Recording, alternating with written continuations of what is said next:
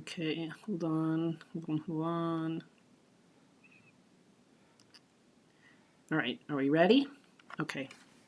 So this is what happened about 20 years ago. I moved to this beautiful little island in the South Pacific and lived in this big old house by the sea. And I had my two little boys there with me, and we rented the house from Emily, but Emily left almost right away, and she went to New Zealand to visit her daughter. And so the boys and I were there alone in the house. And so, I was around, but the boys would just play around together. And they used to really like to play in this room in the house that had this big old wardrobe in it. And the wardrobe had this really big mirror on the front of it. And they used to just, like play around in there. And so that went on for a couple of months. And then one day they came to me and they said, there are these two little boys who live in the mirror, and they keep wanting us to come inside the mirror and live in the mirror with them. But they said, we don't want to do that, because what they said was, the world behind the mirror is a sad shadow world.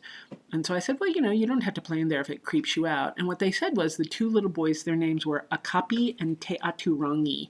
And I thought that's pretty weird that they know that, because those aren't even, common Polynesian names. And we just got here. How would they have ever heard those names? But that's what they said the names were. The names were Akapi and Te Aturangi.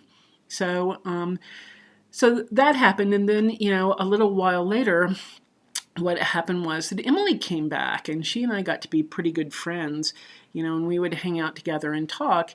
And so one day she was talking about that old wardrobe, and she said, she thought the old wardrobe was haunted. And I said, well, it's pretty weird you should say that, because my boys were playing in there, but they told me they sort of stopped playing in there because there were these two kids named Akapi and Te Aturangi who lived in the wardrobe, who wanted them to come into the world behind the wardrobe. And Emily was like, oh my gosh, don't let them do that, because Akapi and Te Aturangi, those are the names of my two brothers who died when they were little kids.